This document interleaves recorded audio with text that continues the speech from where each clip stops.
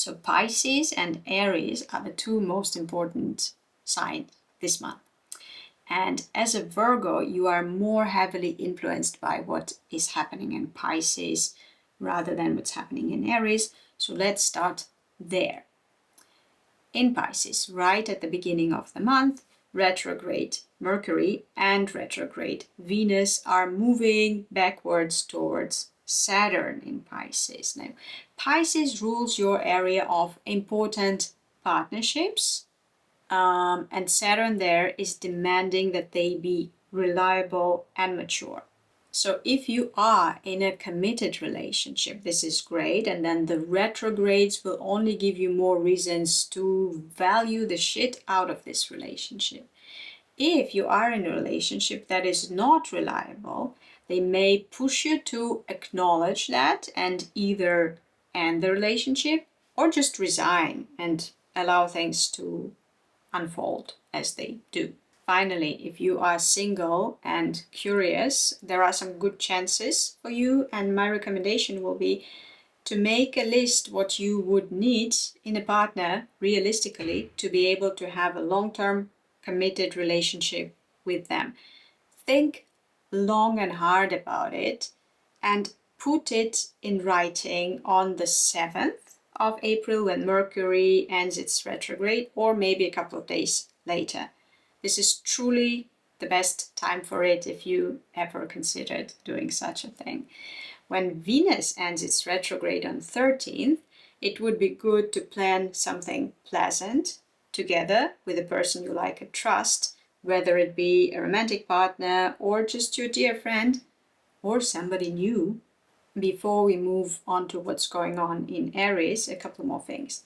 Firstly, in the first week of April, Mars in Cancer, and that is your area of social connections and thinking about the future, will be interacting with Saturn in Pisces. Pisces is the area of relationships, Saturn is serious, so it's either serious relationships or relationships with people who are serious, could be both. And Mars is also interacting with Uranus in your area of media, education, international affairs, and culture.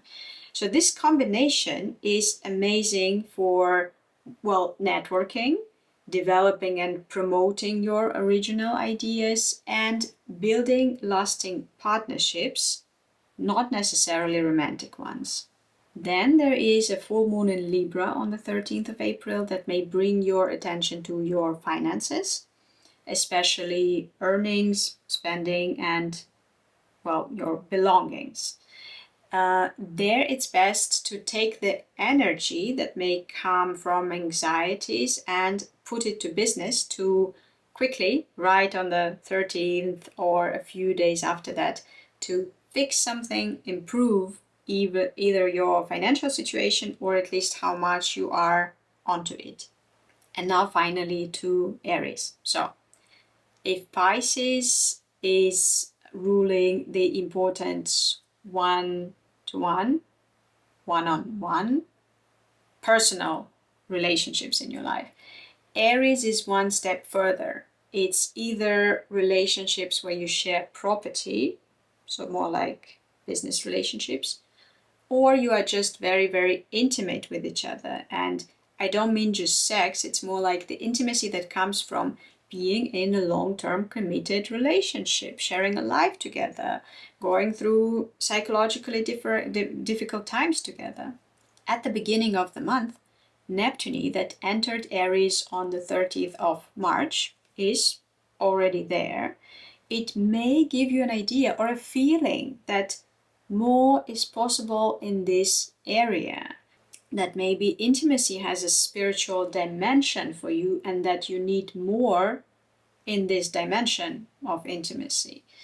If this is the feeling that you have, it may scare you, especially if you have a good thing going, but don't get ahead of yourself. It's only on the 16th of April that Mercury leaves Pisces and enters Aries and starts interacting with this Neptune. So your ideas about the possible better, more important, more spiritual, more soulful aspects of intimacy may start getting more concrete after that. It's not just a yearning or a feeling. There may be a conversation or something that you explain to your friends or to your therapist. Again, allow it to develop slowly. Don't get ahead of yourself.